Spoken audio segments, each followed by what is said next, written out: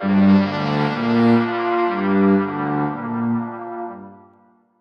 let's unpack this. Today we're diving deep into a figure whose name echoes through our modern world, yet whose story is often shrouded in myth and misconception, sometimes even bordering on the fantastical. Hmm. We're talking about Nikola Tesla, a name synonymous with electricity, innovation, and perhaps a touch of brilliant, unconventional genius. Absolutely. A name everyone knows, but maybe not the full story. Exactly. We've got a fantastic stack of sources for you today, outlining his extraordinary life, his epic battles against established power, and his incredible, sometimes almost prophetic, inventions. Right? Our mission for this deep dive is to extract the most important nuggets of knowledge, connect the dots between his, well, sometimes disparate ideas, and really understand why he's so often called the architect of the modern world. It's a fitting title. Prepare for plenty of aha moments and surprising facts, because this deep dive is all about giving you that shortcut to being truly well-informed about one of history's most fascinating and impactful minds. Indeed.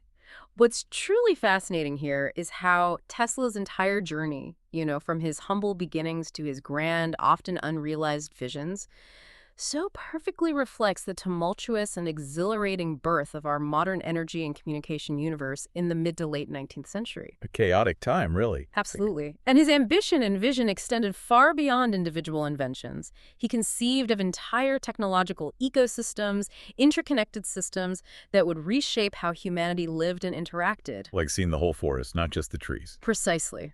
We'll explore how his early life, his unique upbringing, and his early education fundamentally shaped that distinctive and often revolutionary perspective. So let's go back to the very beginning. Where did this incredible mind, this visionary, actually come from? We're not talking about a bustling metropolis, but a surprisingly quiet village. Precisely. Nikola Tesla came into the world on July 10th, 1856, in a small, unassuming village called Smiljan. Smiljan. Yeah. At that time, Smiljan was nestled within the vast Austrian Empire in a region we now know as Croatia. For those interested in the historical calendar, his birth was actually recorded as July 9th by the Julian calendar that was then in use. His family was Serbian. His father, Milutin Tesla, was an Orthodox priest. Ah, okay, a clergyman. Right. And his mother, Uka Tesla, was remarkably an inventor of household gadgets, despite having no formal education. No formal education, but an inventor. That's fascinating. It really is. This combination, this blend of the spiritual, the intellectual from his father, and the intensely practical from his mother seems to have been incredibly formative. That's a powerful combination you mentioned. The practical inventor mother and the sort of poetic intellectual father. Yeah. How deeply did that humble beginning, that specific family dynamic, influence the genius he would become? Well, this raises a truly important question. How much did his early environment specifically influence his unique blend of technical brilliance and an almost artistic, holistic way of thinking? Right. Nature versus nurture almost. Kind of. His father, Milutin, as a clergyman, possessed a deep well of literary interest. He was reportedly a gifted orator, very well-read, and he instilled in young Nikola a love for language, for poetry, and for philosophy. So not just science from the start. Not at all. This exposure to intellectual pursuits, to the power of rhetoric and the elegance of ideas, seems to have imbued Tesla with a certain aesthetic sensibility, almost a poetic approach to his scientific endeavors. He didn't just see the mechanics, he saw the inherent beauty and harmony in the laws of physics. That makes sense, given some of his later descriptions of his work. Exactly. But equally, if not more, crucial was his mother, Uka. Imagine a woman without any formal schooling whose mind was constantly buzzing with practical solutions to everyday problems. Amazing. She designed and built all sorts of ingenious household tools, mechanical egg beaters, specific types of looms, unique methods for cleaning things. She was a true hands-on innovator, constantly observing problems and devising creative, tangible fixes. So he saw invention happening right there in the home. Absolutely. This early hands-on exposure to technical creativity through his mother and that linguistic aesthetic sensitivity from his father seems to have been absolutely crucial in shaping the distinctive way Tesla approached problems and envisioned solutions. The best of both worlds, maybe. You could say that. It wasn't just about understanding the mechanics, it was about the elegance of the idea and its practical application to improve life. That dual influence truly made him unique. So he wasn't just a self-taught genius, though his mind certainly seemed to operate on another level. He had a rigorous education, which must have grounded those innate talents and provided the framework for his later breakthroughs, right? Absolutely. While his natural abilities were extraordinary, almost supernatural, some might say he certainly had a rigorous educational foundation that honed those talents. Okay, where did he study? He completed his high school education in Karlovac, a period where he reportedly demonstrated an almost photographic memory and a prodigious talent for mathematics, solving complex problems in his head far faster than his teachers could. Wow, I wish I could do that. Wouldn't we all? Following that, he delved into mechanical and electrical engineering at the Graz Polytechnic Institute in Austria. This was a challenging program, but Tesla excelled, reportedly studying like 20 hours a day. 20 hours? For Seriously? That's the legend. He graduated with top honors in many subjects, though he faced financial difficulties later that prevented him from completing his final year. Ah, okay. Money problems even then. Yes. He also had a brief period of attendance at Prague University, continuing to immerse himself in physics and mathematics. So he was really soaking it all in. Definitely. It was during these intense academic years that his remarkable abilities truly shone through. He possessed an almost unconditioned memory, which allowed him to absorb and recall vast amounts of information with incredible precision. Like perfect recall. Something like that. He was fluent in nearly 4 languages, Serbian, Czech, German, and French, which speaks to his formidable intellect and linguistic aptitude. 4 languages. Yeah. Impressive. And on top of that, he demonstrated an intuitive mathematical talent, allowing him to grasp complex concepts and solve problems in ways that went far beyond mere textbook knowledge. So really thinking outside the box. Absolutely. This period was pivotal, as it was during these academic years, that he conceptualized the rudiments of the rotating magnetic field theory, a theoretical breakthrough that would later become a cornerstone of his work. It's a testament to how formal rigor can channel raw genius. So he's building this incredible theoretical and practical foundation. But the real breakthrough, the aha moment you mentioned in the intro, wasn't necessarily in a stuffy classroom, was it? It sounds more like a profound, almost mystical epiphany. You're right. His education, despite being cut short by those financial difficulties later on, was undeniably foundational. But the real breakthrough, that transformative aha moment you referenced, did indeed come from an unexpected place outside the structured academic environment. Where was it? It occurred in 1882, not in a laboratory, but while he was taking a walk in a park in Budapest, Hungary. He was working at the Central Telephone Exchange there at the time. It's out for a walk. Apparently, yeah. He was reciting poetry with a friend when, in a flash, he reportedly had a dynamic picture or vision, almost like a fully formed, moving blueprint appearing right there in his mind of a rotating magnetic field. Whoa. Like he saw it working. Exactly. Right. It wasn't just an abstract idea. It was a vivid, three-dimensional mental image of how this principle could work to generate continuous motion using alternating current. That's incredible. It really is. Yeah. This wasn't just a fleeting thought. It was a profound, almost spiritual intuition, a complete revelation of how polyphase alternating current could be harnessed. He immediately sketched the design in the dirt with a stick, explaining it excitedly to his friend. Right there in the park. Right there. This singular vision later translated into practical prototypes that he meticulously developed at Continental Edison in Paris just a couple of years later when he was hired to improve Edison's incandescent lighting systems. So the vision led directly to the hardware. Directly. It was a unique blend of theoretical insight and practical application, all stemming from that single, powerful, unbidden vision in a park. It really speaks to the nonlinear way his genius operated. Here's where it gets really interesting. That single vision in Budapest, that one flash of insight, literally had the power to fundamentally reshape the future. It's astounding to think about the impact of a moment like that, a seemingly quiet moment in a park that would ripple across the entire planet. It truly is mind-boggling when you think about it. The seed of our modern world planted right there. Armed with this revolutionary vision, this profound understanding of how to harness alternating current, a concept so far ahead of its time, he decides to head to America. Talk about a grand entrance, or perhaps a surprisingly humble, yet incredibly significant arrival for someone carrying the future in his mind. Indeed. It was a journey fueled by immense ambition, but undertaken with very little in the way of material possessions. In June of 1884, Tesla arrived in New York City with incredibly modest means. Oh, wow. Just 5 cents in his pocket, reportedly. 5 cents. 5 cents, a few drafts of poetry again, that poetic sensibility peeking through, even at this critical juncture, and most importantly, some truly revolutionary motor drawings based on his polyphase alternating current theory. So basically nothing but his ideas. Pretty much. He was immediately struck by the sheer energy and entrepreneurial spirit of New York.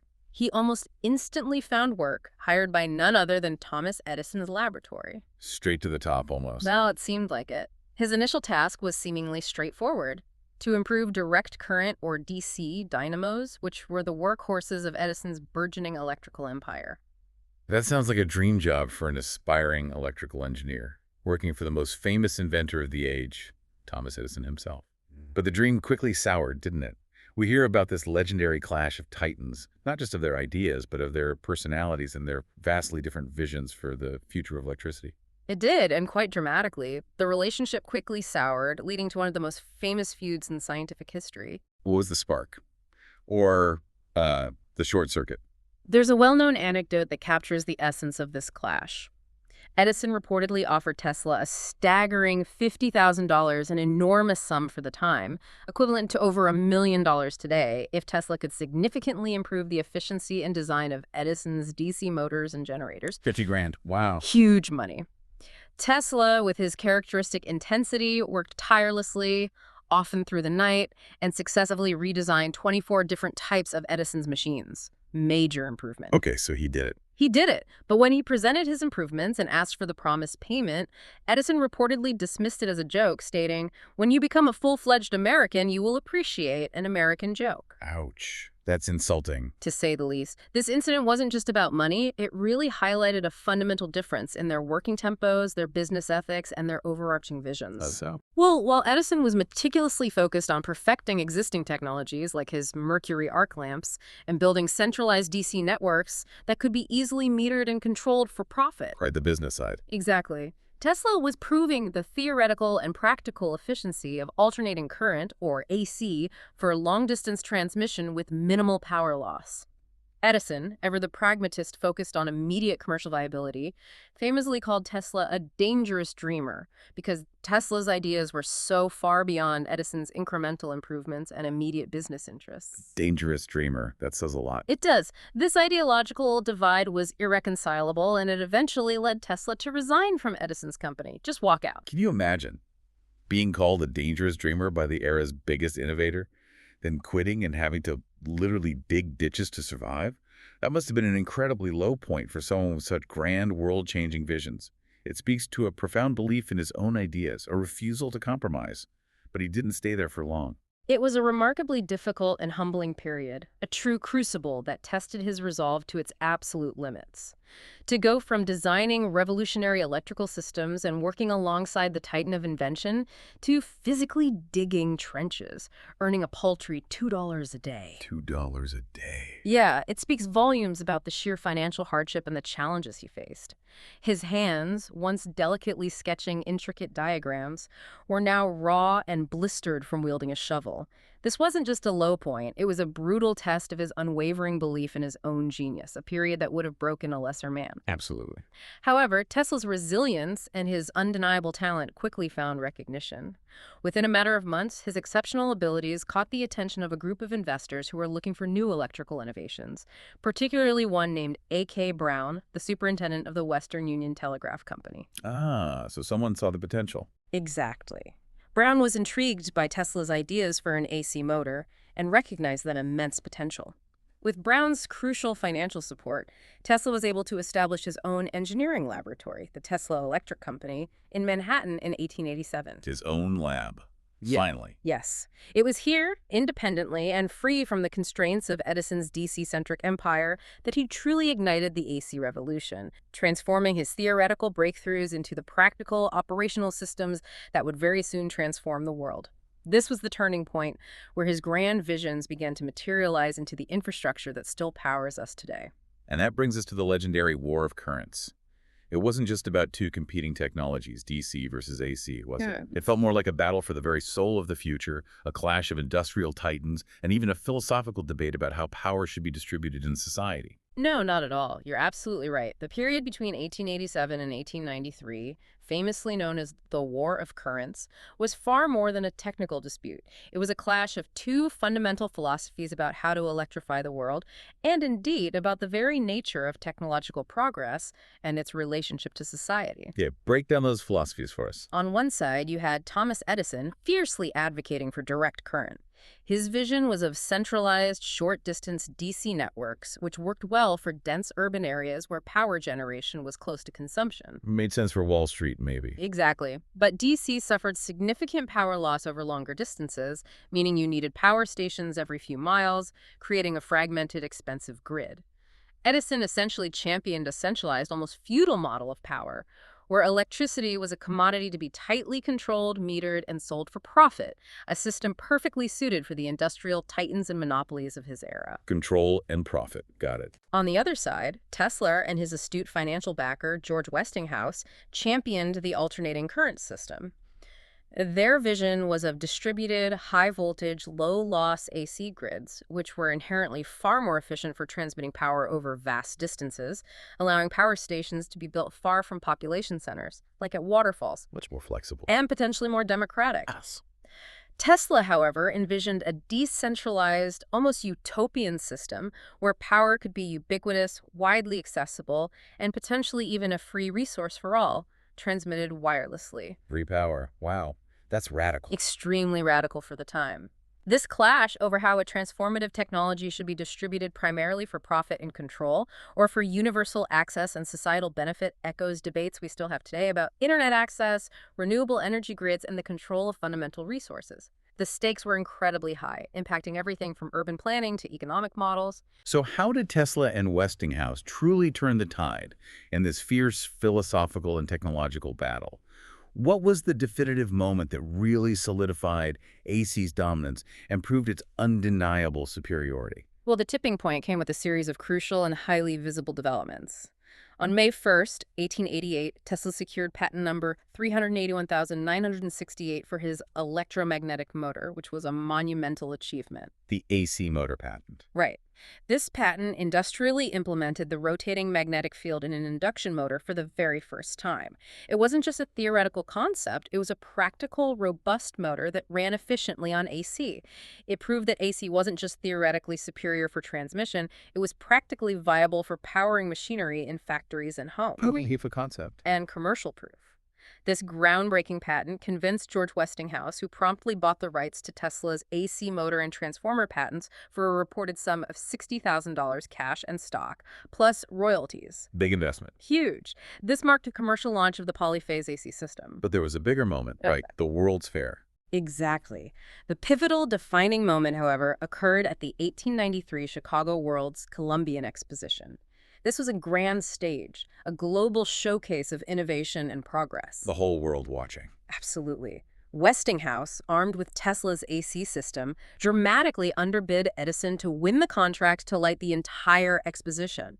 Imagine a dazzling white city powered entirely by alternating current, with over 100,000 incandescent lamps and countless electrical displays. Must have been incredible to see. Astonishing. It was a stark contrast to Edison's DC limitations, which would have required massive, unsightly power plants every few blocks.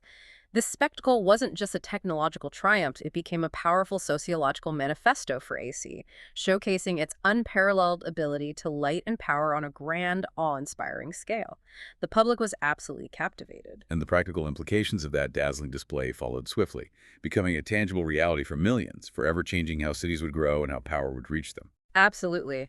Immediately following the exposition's immense success and the undeniable public demonstration of AC superiority, contracts were signed for what was then the most ambitious electrical engineering undertaking in the world, the massive Niagara Falls hydroelectric project. Harnessing Niagara Falls, that's iconic. Truly.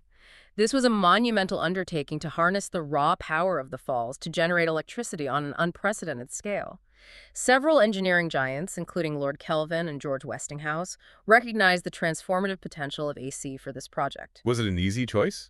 Well, it wasn't an easy decision. There were many competing ideas, including using DC or even pneumatic systems. But Tesla's AC system, with its ability to transmit power efficiently over long distances, was ultimately chosen. AC wins again. It did. The first commercial generators, designed by Westinghouse with Tesla's input, were installed in 1895. And just a year later, in 1896, Buffalo, New York, became the first major city to receive industrial long-distance AC power transmitted directly from the Niagara Falls plant over 20 miles away. 20 miles. That was huge then. Unprecedented. This wasn't just a local success, it was a global precedent, demonstrating the viability, safety, and immense superiority of Tesla's AC system for large-scale power distribution. It marked the true dawn of our modern electrical grid, proving that power could be generated far from where it was used, transforming urban development and industry forever. So, with alternating current triumphant, with his systems beginning to light up the world and power cities from a distance, you might think Tesla would take a moment to rest on his laurels. But for a mind like his, triumphant only meant what's next. So what audacious projects was he tackling in his labs now, pushing the very boundaries of what electricity could do? Indeed. Tesla's energy was boundless, and his vision was ever expanding. He rarely rested. In the early 1890s, his laboratories, first on South Fifth Avenue and later on Houston Street in New York City, were described as nothing short of an electrical theater. An electrical theater, what does that mean? Imagine walking into a space humming with an almost palpable energy. You would see cutting-edge technology everywhere. Incandescent lamps glowing with an eerie, quiet light unlike traditional bulbs. Early fluorescent lamps shimmering, ozone generators purifying the air with a faint metallic scent. Ozone generators, really? Yeah, early air purification ideas, elaborate rotating transformer arrays crackling with energy, and a variety of strange vacuum tubes all buzzing and glowing with the energy of his experiments. These weren't just workshops, they were living, breathing showcases of the future of electricity, a place where the impossible seemed to become tangible. Sounds like Willy Wonka's factory, but for electricity. Huh? That's not a bad analogy, actually. And what's the significance of his most famous invention from this period, something that still carries his name today, the Tesla coil? Sounds like something out of a science fiction movie, but it was profoundly impactful, wasn't it? It truly was, and it's perhaps his most recognizable invention to the general public today. In 1891, he patented the Tesla coil, which is essentially a resonant transformer. Okay, resonant transformer. Yeah. Break that down. To understand it simply, imagine it as a kind of electrical amplifier, a device that could take a relatively low voltage input and dramatically amplify it to incredibly high levels. We're talking millions of volts. Millions. Millions. While also generating incredibly high frequencies, often over 1 million cycles per second.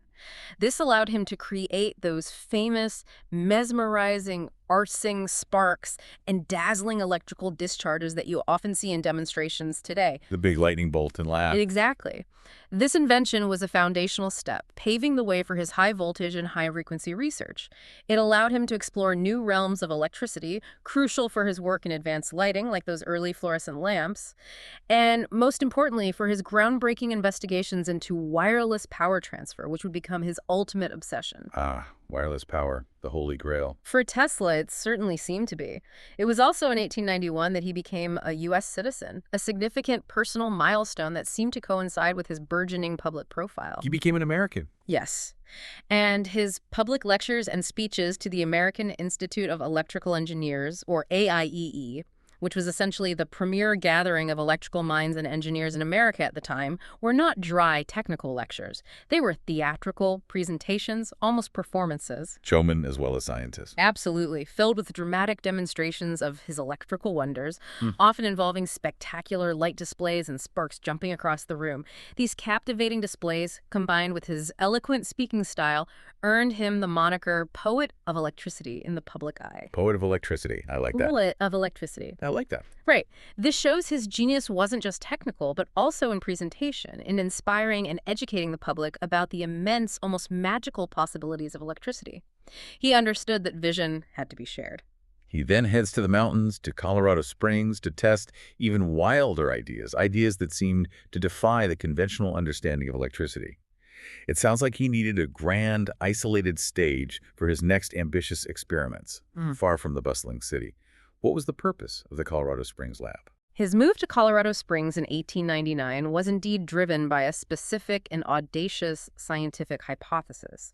Tesla theorized that the intensity of high voltage would dramatically increase in low-pressure air, such as at high altitudes. Okay, high altitude, low pressure, more voltage potential. That was the idea. He also believed that the Earth itself could act as a giant electrical conductor, a massive resonant circuit. Using the Earth itself. Wow. Right.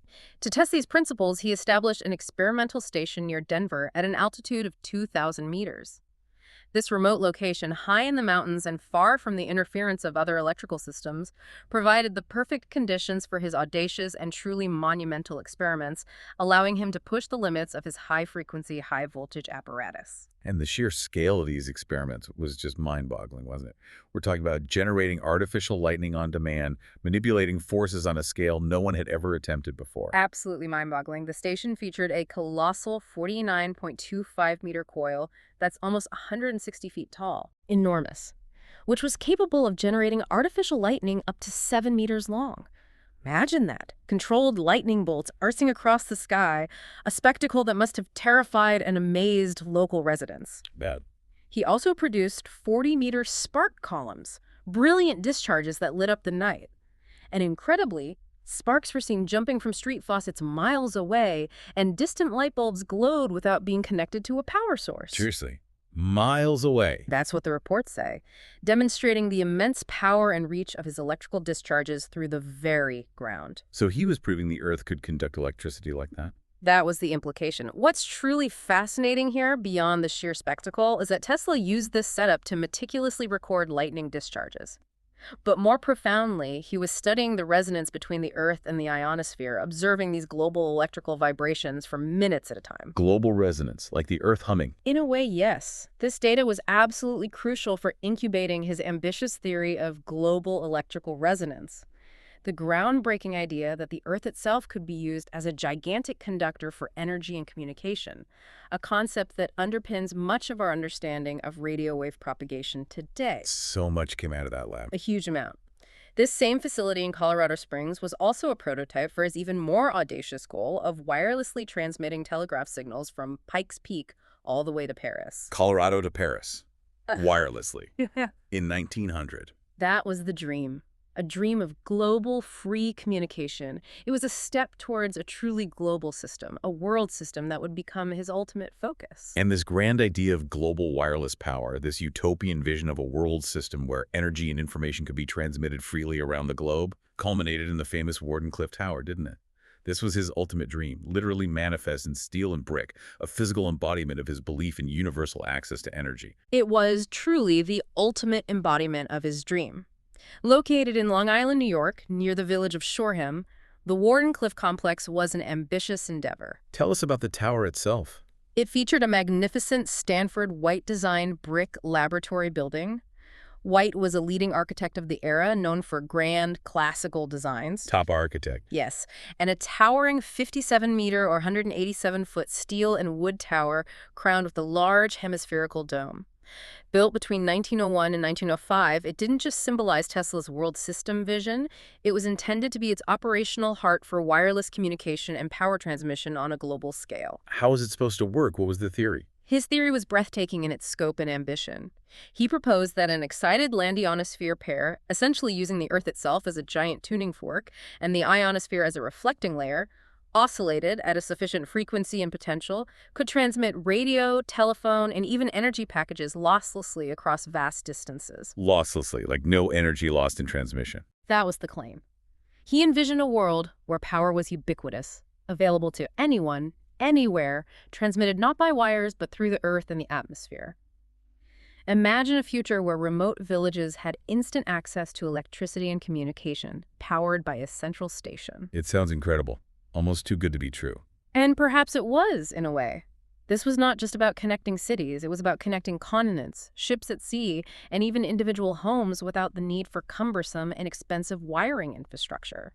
He truly believed it would usher in an era of unprecedented human connection and advancement. But the dream, tragically, never fully materialized, did it? What happened to Wardenclyffe? It stands as a monument, not just to his ambition, but also to a certain kind of heartbreaking failure. That's right. The dream, for all its grandeur, was financially crippled.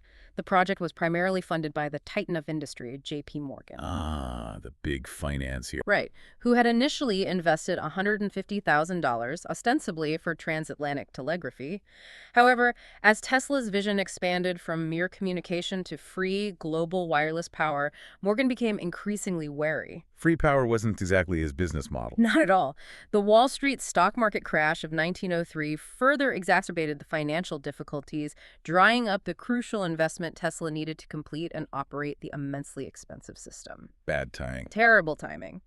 Famously, J.P. Morgan, a man focused entirely on profit and commercial viability, asked Tesla a blunt question that sealed the tower's fate.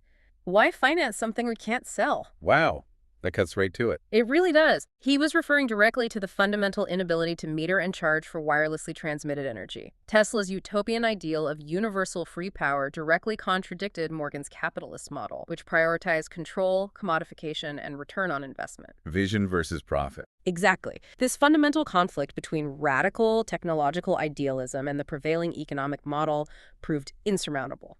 The project ran out of funds, leading to the gradual abandonment of the site. Ultimately, the tower was demolished for scrap iron in 1917 during World War I. Torn down for scrap. Heartbreaking. It really is. Its grand purpose sacrificed for material deemed more immediately useful.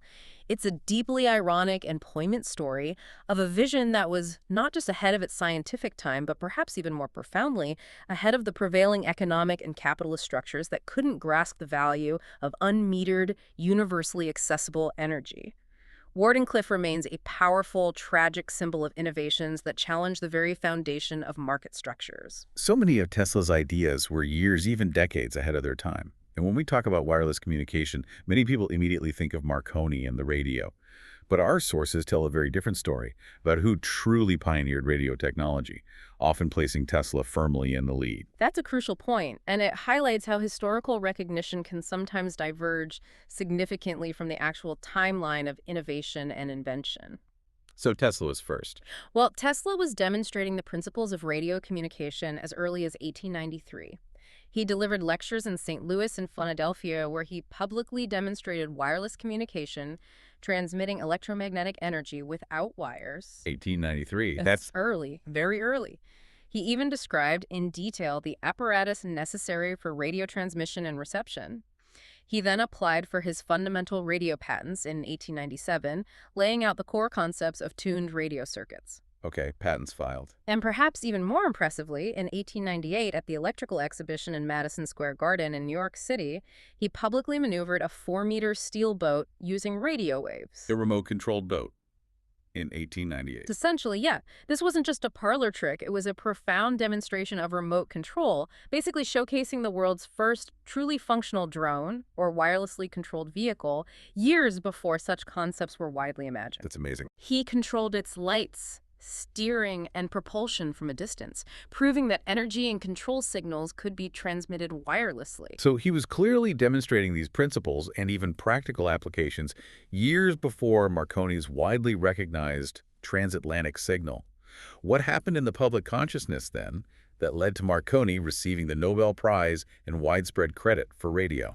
It's a complex interplay of factors. Marconi's commercial expansion and business acumen did indeed overshadow Tesla's patent portfolio in popular recognition and in the public narrative. Marconi was better at the business side.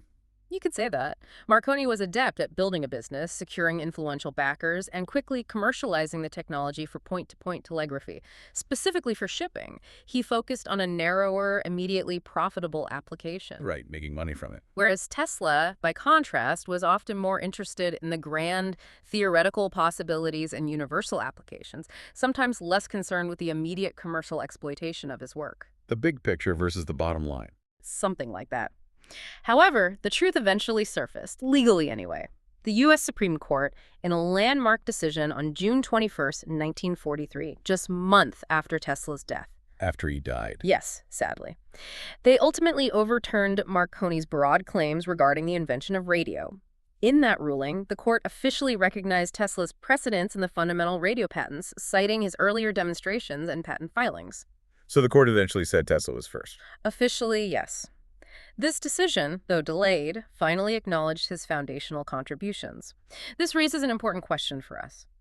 How many other fundamental discoveries are misattributed or their true origins obscured in history, often due to commercial success or powerful Good narratives? question. It underscores the difference between initial invention and successful commercialization and how those can shape public perception over time.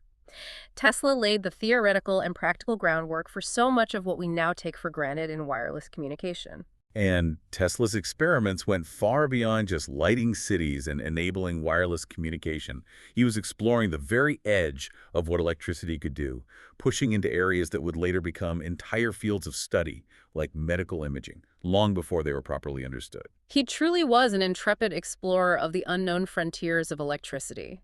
Using his revolutionary Tesla coils, he conducted experiments with incredibly high frequencies, often over 1 megahertz, and potentials of millions of volts. Those high frequencies again. Right.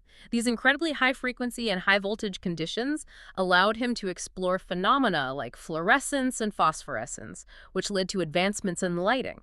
He also investigated ozone sterilization, recognizing electricity's potential in hygiene and sanitation. Cleaning with electricity. It's essentially, yeah, a remarkably forward-thinking idea for the time. And X-rays, too, before Roentgen. Well, crucially, his work extended to X-ray production within vacuum tubes.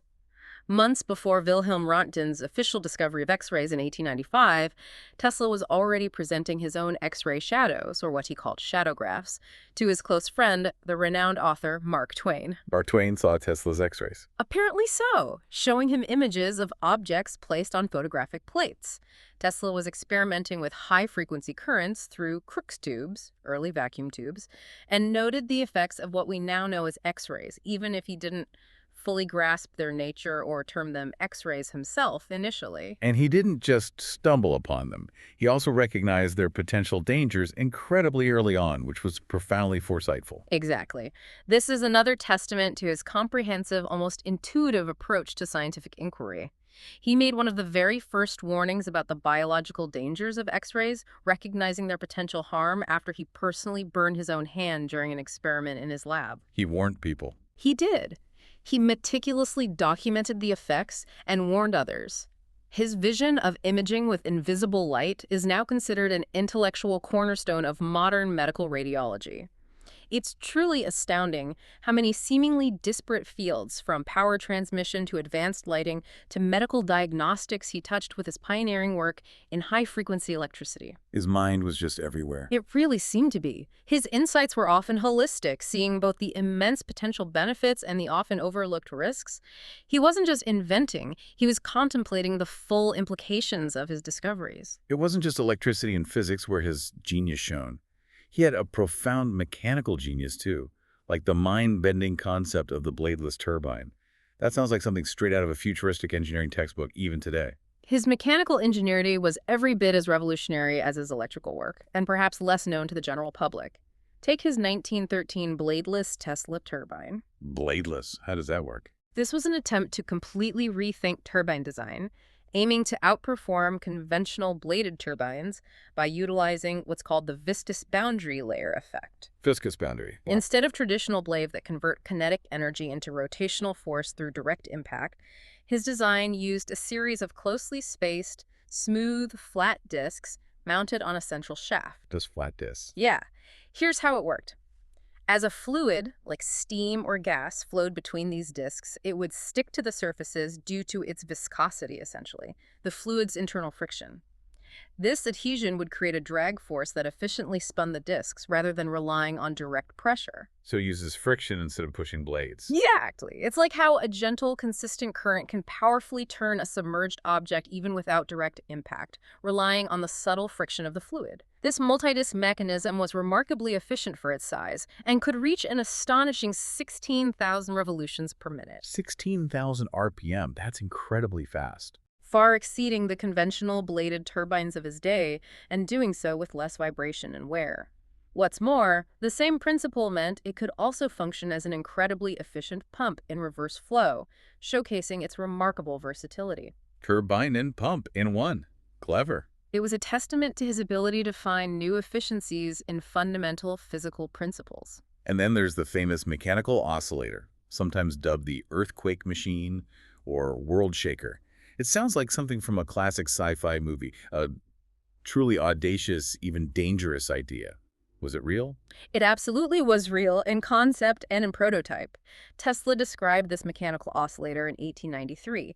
It wasn't designed to create earthquakes from scratch, but rather to use pressurized steam to generate rhythmic vibrations. Okay, vibrations. And critically, it was intended to match the natural resonant frequency of buildings or even the Earth itself. Resonance again, like hitting the right note to shatter glass. Exactly that principle. The theory was that by hitting a structure's resonant frequency, even relatively small vibrations from his device could be amplified dramatically, potentially creating miniature earthquake effects, or at least powerful localized tremors. He believed he could make a building sway and buckle with minimal force if he matched its inherent frequency. That sounds dangerous. Potentially, yes. There's a widely circulated rumor, which has taken on almost mythical status, that a prototype experiment in his Manhattan laboratory on East Houston Street led to police evacuating the area because of the intense vibrations it was causing on the street and in surrounding buildings. Did it really happen? The story goes that objects were flying off shelves in nearby shops, and people rushed into the streets in a panic, thinking an earthquake was hitting New York. Whether it truly caused such a dramatic panic or was an exaggerated tale that Tesla himself may have enjoyed fueling. You might have liked the story. Quite possibly. It certainly speaks to the audaciousness and the sheer physical power of his mechanical experiments. He wasn't just theorizing about these forces, he was actively experimenting with them in his lab, pushing the boundaries of what was physically possible and demonstrating the immense power that could be unleashed by understanding natural resonance. It was a thrilling and perhaps terrifying demonstration of a principle. Towards the later part of his life, after so many groundbreaking, tangible inventions, his ideas seemed to venture into even more speculative, almost mystical territory. What about his theories on free radiant energy and the infamous teleforce weapon?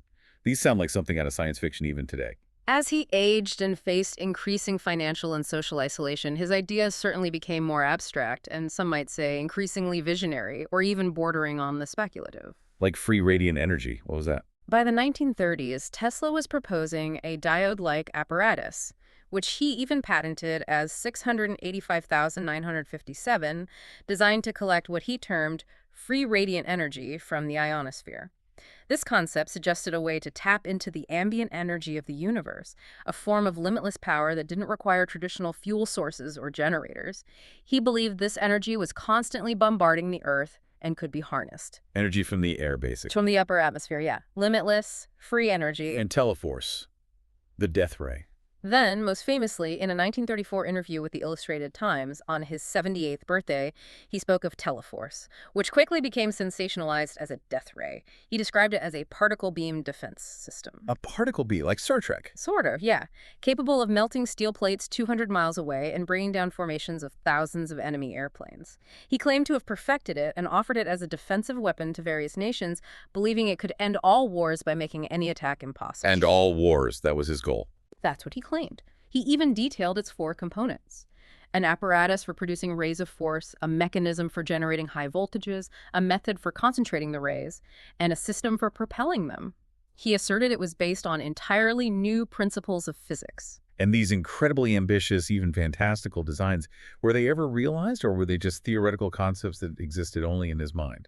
Well, while these designs for free radiant energy and teleforce were never fully realized or demonstrated in a practical operational sense, beyond perhaps some theoretical sketches and calculations, they undeniably ignited early discussions on the concept of directed energy. Like modern laser weapons. Exactly, which is a field of research that continues even today with technologies like laser weapons or particle beams. This raises an important question. Was he truly visionary beyond his time, perhaps glimpsing technologies we are only now beginning to understand and develop in highly sophisticated ways? Or were these the fringes of a brilliant mind under increasing financial and social pressure, desperately struggling to find a breakthrough that would secure his legacy and alleviate his profound burdens? It's a complex question, and it speaks to the boundaries of his incredible intellect and the immense challenges he faced in his later, more isolated years. It's hard to draw a definitive line. Speaking of his mind, his personal habits were legendary, bordering on the eccentric, right? They've almost become part of the Tesla mythos, these peculiar routines that seem to govern his daily life. Absolutely. His lifestyle was famously unconventional, highly disciplined, and indeed eccentric by most standards. Like how? Tesla reportedly slept only 3–4 hours a night. 3 to 4 hours. How did he function? Apparently, that schedule allowed him to dedicate more waking hours to his relentless work and experimentation. He was meticulously precise about almost everything, even going so far as to calculate the exact weight of each meal he consumed before he would eat it. Weight is food. Okay. Perhaps most famously, he had an intense obsession with the numbers 3, 6, and 9, often making decisions based on them, such as selecting hotel room numbers that were divisible by these figures, or walking around a block 3 times before entering a building. The 369 thing. That's famous. Why those numbers? He believed they held some sort of cosmic significance, though he never fully elaborated in a scientific way. It was part of his unique worldview. And the pigeons. Ah, yes. He also developed a deep and unusual love for pigeons, often feeding them daily in New York City parks. This bond became so pronounced that he would even bring injured birds back to his hotel room, paying lavish sums for their care, even building special devices to aid their recovery. Really cared for those birds. Deeply. Yet, despite this tender and often indulgent care for animals, he maintained a notably distant relationship with people, embracing a kind of scientific stoicism that seemingly rejected luxury, conventional social interactions, and emotional attachments. He never married and had few close friends, dedicating himself almost entirely to his work. It sounds like a remarkable blend of genius, and what many today would instantly recognize as certain behavioral patterns. Modern psychology might have a different label for some of those habits. Indeed. Many of his repetitive behaviors, such as folding napkins 3 times before each meal, meticulously washing his hands 18 times, a multiple of 3 and 9, before eating, or always insisting on 18 napkins at dinner, are often interpreted today as strong signs of obsessive-compulsive disorder, or OCD. Yeah, that sounds like it. However, it's important to note that Tesla himself didn't view them as hindrances or disabilities. On the contrary, he believed these rituals were absolutely essential habits that disciplined his brilliant mind, helping him to focus, organize his thoughts, and maintain his extraordinary intellectual output and creativity. He thought they helped him. He saw them as tools for efficiency and mental clarity. This highlights the complex interplay between genius and perceived quirks, and how what might appear as an eccentricity from an external perspective could be an integral part of a genius's unique internal system for creativity and productivity. His mind simply worked differently, and these habits were part of its highly specialized operating system. Sadly, despite his towering intellect and his world-changing inventions, his later years were marked by profound hardship, a stark contrast to the brilliant light he brought to the world. It's a truly poignant end to such a monumental life. It is a deeply melancholic chapter in his life. His patent incomes, which had once been substantial and provided him a comfortable if eccentric lifestyle, began to dry up significantly between 1905 and 1908. The money ran out. Pretty much. This was compounded by the massive debts incurred from the abandoned Wardenclyffe project and a general investment drought during World War I, which together led to his rapid impoverishment. He struggled immensely, often moving from hotel to hotel, leaving behind unpaid bills. That's terrible, after everything he gave the world. It's quite tragic. In a poignant gesture of historical reconciliation and recognition of his immense contributions, in 1934, Westinghouse Electric Corporation, the company that had championed his AC system, provided him with a modest consulting salary of $125 a month. Westinghouse stepped in. That was decent of him. It allowed him some financial stability, moving him from the luxurious Waldorf Astoria, where he had once resided in suites, to the much more humble room 3327 at the Hotel New Yorker. Room 3327, the famous room. That's the one. He spent his final years there, largely forgotten by the public, who were now enjoying the fruits of his labor. He died alone in that room on January 7, 1943, at the age of 86. His passing, while quiet, marked the end of an era. A quiet end for a man who had brought so much light to the entire world, both literally and figuratively.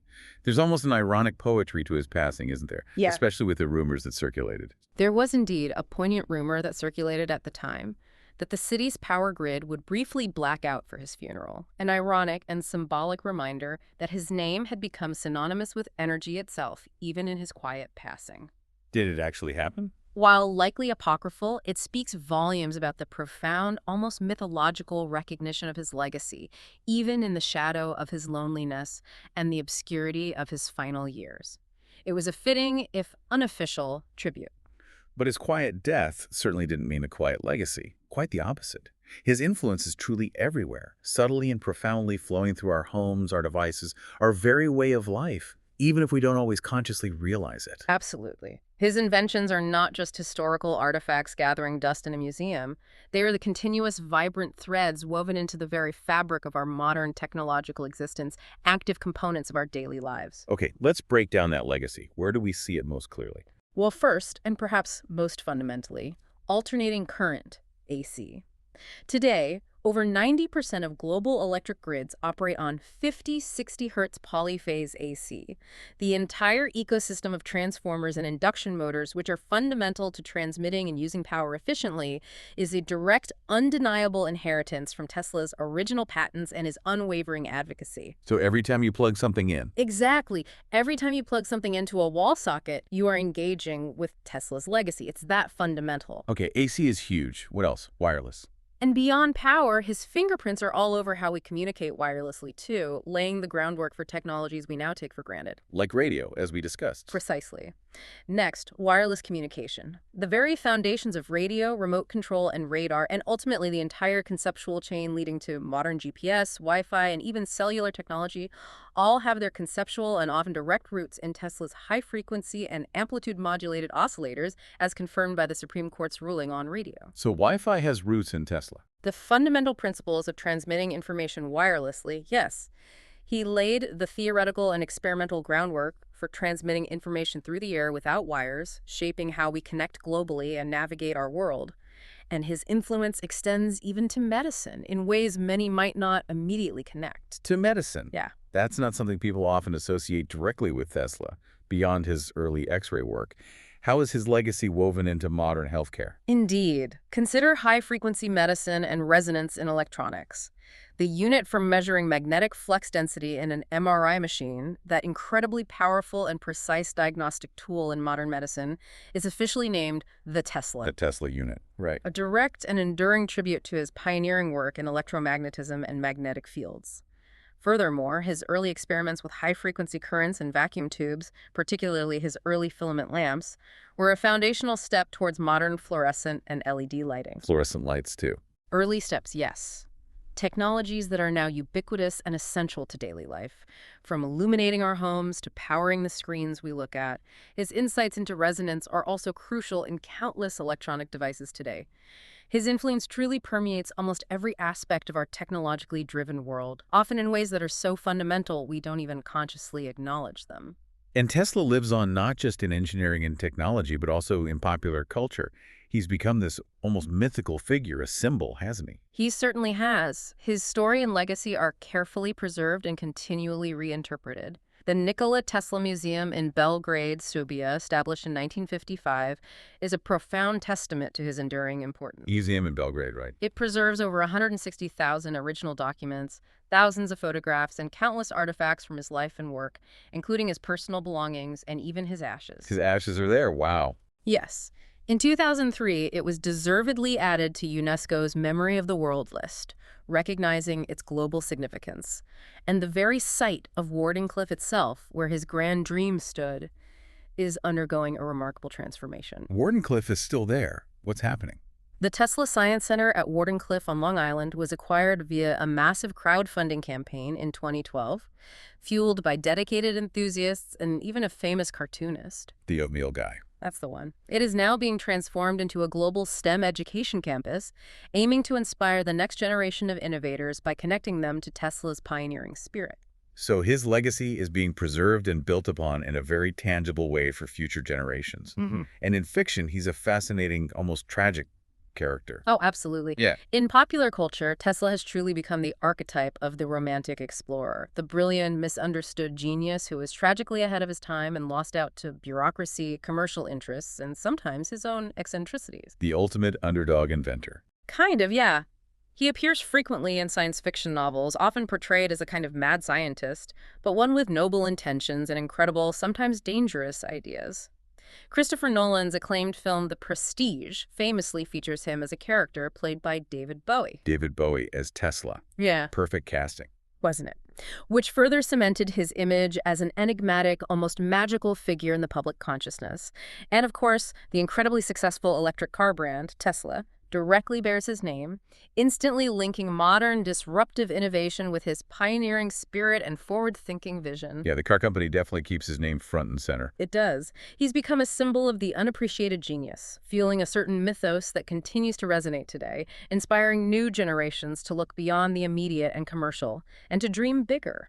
So what does this all mean? How do we sum up such a colossal and complex figure whose life was filled with such incredible highs and devastating lows, yet whose impact on our modern world is undeniably profound and omnipresent? Well, Nikola Tesla was not merely satisfied with singular inventions. He was a true visionary who aimed to weave entire technological ecosystems.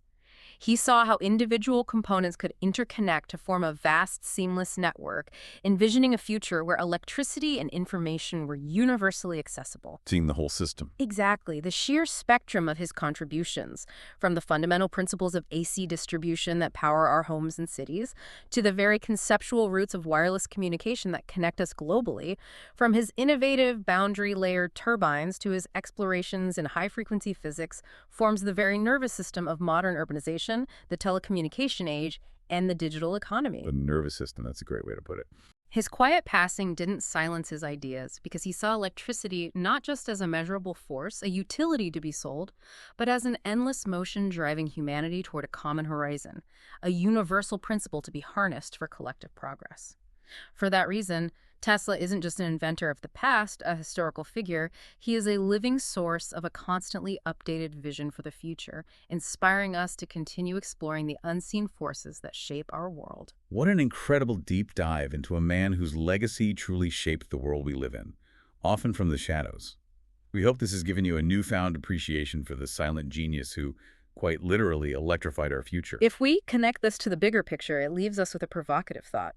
If Tesla, with his limited resources, against the prevailing skepticism, and often battling a capitalist system that couldn't understand unmetered access, could envision and lay the groundwork for global wireless power and communication over a century ago, what unseen forces or resonant frequencies are we yet to discover or harness that could redefine our world once again, perhaps moving beyond the very paradigms we currently take for granted? Okay, that's certainly something to mull over until our next deep dive. Thanks for joining us.